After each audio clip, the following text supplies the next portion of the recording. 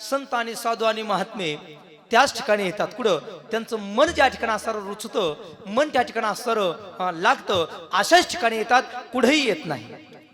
आणि आपल्या सर्वांचं भाग्य आहे की अशी मोठी विभूती आपल्यालाही पण लाभली, एवढे मोठे संत आणि साधू आपल्याला लाभले. आपलं परम भाग्याने एक बोलू दादा, या कलियुगामध्ये सर्वात मोठं कोण असेल? संत आणि साधू हेच कलियुगात मोठे आहे बरं का. तुम्हाला मी सांगेल, एका बाजूला देव आला आणि एका बाजूला संत किंवा साधू आले. प्रथमतः पूजा कुणाची करायची? प्रथमतः पूजा कोणाची करायची? संतांची किंवा साधूंची का? देव काय माहिती आपल्याला कोणत्या रूपाने येईल, पण संत किंवा साधू हे मात्र देव दाखवतील, म्हणून पहिली पूजा त्यांची करायची. याकरता बऱ्याच वेळा आपण म्हणतो, देव सारावे परते, संत पूजावे आरते. आलेल्या संतांचं पहिलं पूजन करायचंय. का बरं? ते संत किंवा साधू देवाचं स्वरूप असतात आणि देव खरा दाखवण्याचं काम ते करतात.